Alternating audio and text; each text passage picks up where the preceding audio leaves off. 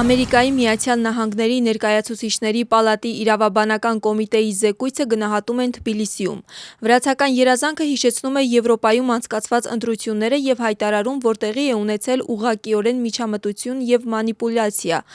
որի փորձը Վրաստանն էլ ունի։ Իսկ ընդդիմությունում նշում են, որ տեսնում են աշխարհաքաղաքական փոփոխություններ, Ամերիկայի Միացյալ Նահանգներն ունի սեփական շահեր և դա Վրաստանի համար ոչինչ չի որոշում։ Ըստ ԱՄՆ-ի ներկայացուցիչների պալատի իրավաբանական կոմիտեի զեկույցի, Եվրահանձնաժողովը հաջողությամբ ճնշում է գործադրել սոցիալական մեդիայի հիմնական հարթակների վրա, որ նրանք փոխեին բովանդակության մոդերացիայի գլոբալ կանոնները, ինչը ուղղակիորեն վնաս է հասցրել ամերիկացիների արտահայտվելու ազատությանը Միացյալ Նահանգներում։ Իրավական նորմի վերաբերյալ, որը պետք է ապահովի սահմանադրական կարգի պաշտպանությունը, արդեն երկրորդ օրն է քաղաքական գործիչների կողմից գնահատականները չեն դադարում։ Վրացական երազանքը պատրաստում է օրենսդրական նախաձեռնություն սահմանադրական մարմինների չճանաչման մասին, քանի որ նրանց խոսքով կոնկրետ ուժեր նպատակաուղղված կերպով խոսում են պետական մարմինների ոչ լեգիտիմ լինելու մասին, իսկ ազատության և սահմանադրական կարգի միջև սահմանը պետք է լինի պատշաճ կերպով պահպանված։ Իշխանության ընդդիմախոսները հայտարարում են, որ նոր նախաձեռնությունը հակասում է սահմանադրությանը և սահմանափակում է արտահայտվելու ազատությունը։ Իշխող թիմի պարզաբանմամբ, առանց փաստարկների և փաստերի սահմանադրական մարմինների չճանաչումը մեծացնում է պոլարիզացիայի և հասարակական բախումների ռիսկերը։ Վաղը կրթության նախարարը կհանդիպի պետական և տեխնիկական համալսարանների ներկայացուցիչների հետ։ Կքննարկեն կրթական բարեփոխումները և երկու համալսարանների միավորման հարցը, որին ընդդիմանում են ընդդիմությունը և ակադեմիական շրջանակների ուսանողների մի մասը։ Իսկ իշխող թիմի պարզաբանմամբ, բարեփոխումը կբարելավի կրթության որակը և երկու բարձրագույն ուսումնական հաստատությունների միավորման արդյունքում դասախոսները չեն հեռացվի ուսումնական գործընթացից։ Վրաստանի խորհրդարանը ընդհանուր և բարձրագույն կրթության մասին օրենքներում կատարվելիք փոփոխություններին 3/3 ընթերցմամբ աջակցել է։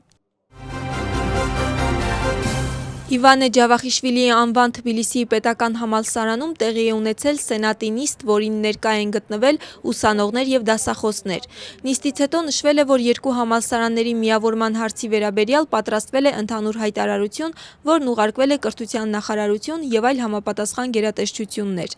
Սենատի նիստի արձանագրությունում ասվում է, որ միավորումը բավականաչափ երկարաժամկետ հեռանկարում կհանգեցնի կառավարման լուրջ բարդությունների, ինչը անմիջական ազդեցություն կունենա կրթության որակի վրա։ Դասախոսների և ակադեմիական խորհրդի անդամների պարզաբանմամբ, չափազանց կարևոր է համալսարանի ինքնավարության, ակադեմիական որակի և աշխատանքային պայմանների պահպանումը։ Նրանց խոսքով, ընդունված որոշումը վնասում է երկու պատմական համալսարանների շահերին։ Արձանագրությունում նաև նշվում է, որ երկու համալսարանների միավորման գործընթացը այս ձևաչափով պետք է դադարեցվի և շարունակվի կողմերի հետ ակտիվ հաղորդակցությունը։ Վրաստանի նախագահ Միխեիլ Ղավելաշվիլին կնոջ և ուղեկցող պատվիրակության հետ աշխատանքային այցով մեկնել է Միլան, որտեղ ներկա կգտնվի ձմեռային օլիմպիական խաղերի բացման արարողությանը։ Արարողության հիմնական միջոցառումը կանցկացվի Միլանի Սան Սիրո օլիմպիական մարզադաշտում։ Նախագահի վարչակազմի տեղեկացմամբ, այցի շրջանակում Վրաստանի նախագահը կհանդիպի Վրաստանի օլիմպիական պատվիրակությանը և կերկրբակի գեղասահքի թիմային մրցումներում հանդես եկող վրացի մարզիկներին։ Ձմեռային 25-րդ օլիմպիական խաղերին Վրաստանի անունից հանդես կգան 8 մարզիկներ։ ԱՄՆ-ն հավատարիմ է մնում բանակցություններին, որոնք նպատակ ունեն Ուկրաինայում պատերազմը ավարտին հասցնել։ Այս մասին ԱՄՆ-ի պետքարտուղարը հայտարարել է եռակողմ բանակցությունների առաջին օրվա ավարտից հետո։ Մարկո Ռուբիոյի հայտարարությամբ, իրական առաջընթացի հասել են, սակայն մնացած հարցերը ամենաբարդն են։ Նրա խոսքով, ԱՄՆ-ն այս խաղաղապահ գործընթացին կարևոր ժամանակ և էներգիա է հատկացնում։ Ռուսաստանի նախագահը վախենում է Ամերիկայի նախագահից, սակայն եվրոպացիներից ոչ։ Այս մասին Ուկրաինայի նախագահը հայտարարել է ֆրանսիական լրատվամիջոցներին տված հարցազրույցում։ Վոլոդիմիր Զելենսկու հայտարարությամբ, Դոնալդ Թրամփը չպետք է համաձայնի Վլադիմիր Պուտինի բոլոր պայմաններին, քանի որ Ռուսաստանի նախագահն է վախենում նրանից, ոչ թե հակառակը։ Զելենսկին հայտարարում է, որ եթե Ուկրաինան չկանգնեցնի Պուտինին, նա կներխուժի Եվրոպա։ Սակայն նրա խոսքով եվրոպացիները չեն հավատում, որ դա իրենց երկրում նույնպես կարող է տեղի ունենալ։ Զելենսկին քննադատում է այն եվրոպական երկրներին, որոնք Ուկրաինայում ընթացող պատերազմը դիտարկում են որպես ուրիշի խնդիր եւ չեն խոստովանում այն ռիսկերը, որոնք այսօր գոյություն ունեն։ Ինչ վերաբերում է Ֆրանսիային, Ուկրաինայի նախագահի խոսքով, որքան մեծ է ֆրանսիական օգնությունը, այնքան մեծ է հավանականությունը, որ այս պատերազմը հասնի մինչև Ֆրանսիա։ Նաև ասվել է այն, որ 2022 թվականի փետրվարից, այսինքն պատերազմի սկսելուց, ընդհանուր առմամբ զոհվել է 55,000 ուկրաինացի զինվոր, անհետ կորածների քանակը նույնպես մեծ է։ Եվրոպացիները անձնական հարաբերություններում շատ ընկերական են, իսկ հրապարակավ հարձակվում են մեզ վրա։ Այս մասին ԱՄՆ-ի փոխնախագահը հայտարարել է Մեգին Քելիի հետ հարցազրույցում։ JD Vance-ի հայտարարությամբ եվրոպացիները անձնական զրույցներում ասում են, որ կգնան բազմաթիվ զիջումների, իսկ հրապարակավ հայտարարում են, որ չեն պատրաստվում աշխատել ամերիկացիների հետ։ Նրա խոսքով այն գաղափարը, որ կարծես պատրաստ են զիջումների, Ամերիկայի հետ հարաբերությունների առումով իրականությանը չի համապատասխանում։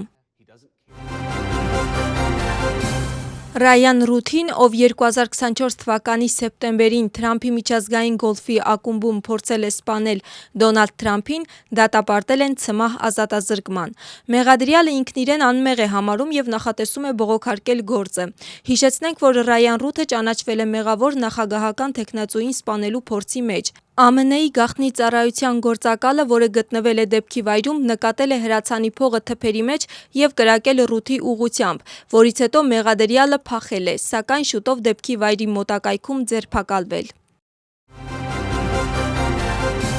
Հայաստանի եւ Ադրբեջանի միջև հակամարտության էջը փակվել է։ Այս մասին հայտարարել է Հայաստանի վարչապետը։ Նիկոլ Փաշինյանի հայտարարությամբ գրեթե 40 տարվա ընթացքում խաղաղություն, Հայաստան եւ Ադրբեջան բառերը միասին ոչ ոք չէր լսել, եւ նույնիսկ այն դեպքերում, երբ դրանք միասին էին օգտագործվում, դա ինչ-որ անհավանական բան էր նշանակում։ Նրա խոսքով հենց այդ պատճառով էլ անհավանական է այն, ինչը տեղի ունեցավ 2025 թվականին եւ ինչը տեղի է ունենում այժմ։